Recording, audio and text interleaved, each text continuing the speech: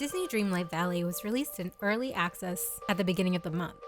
It quickly became the focus of a corner of the internet dedicated to all things Disney and life sims. Due to the game's open-ended nature and the staggering amount of content all dressed up in a Disney bow, it didn't surprise us that this game was a hit, or that people were having trouble tearing themselves away from this latest entry in lifestyle gaming.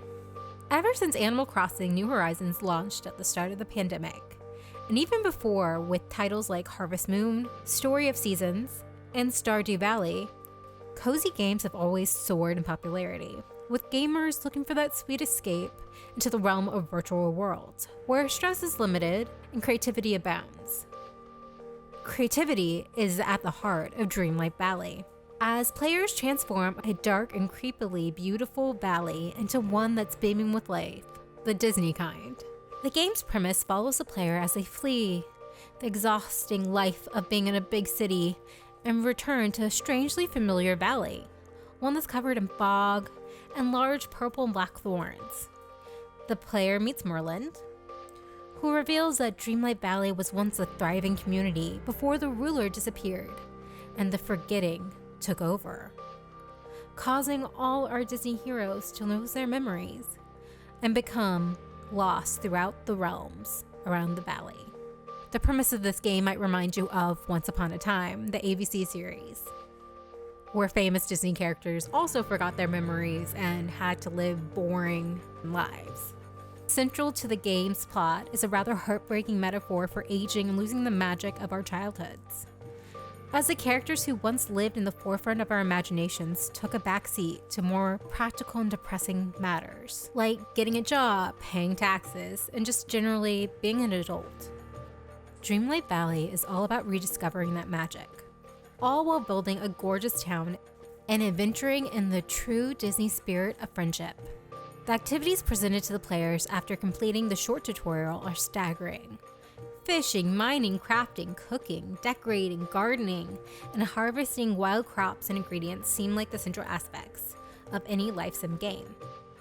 Dreamlight Valley takes this a step further by allowing players to complete these never-ending activities alongside their favorite Disney characters, all who have personalities and stand out from the more generic NPCs that tend to populate these kind of games. Some might have a little bit too much personality, like my interaction with Goofy. Watch the nose, Goofy. The villagers in Dreamlight Valley serve a purpose beyond mere cosmetics.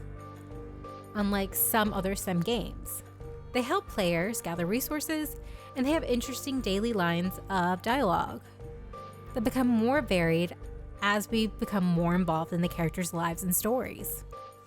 Other huge aspects of the games include customization and design. Players are free to decorate their homes and towns as they see fit. Every single building can be interacted with and moved to a different location, meaning no two towns will ever feel the same. While the game doesn't fully support multiplayer at this moment, we feel like that might change in the future. It would be really cool to enter other people's towns. Since it's still in early access, yes, there's one or two bugs and some freezing issues, but not as bad as some other games we have played in the past. There's just so much to do in this new world.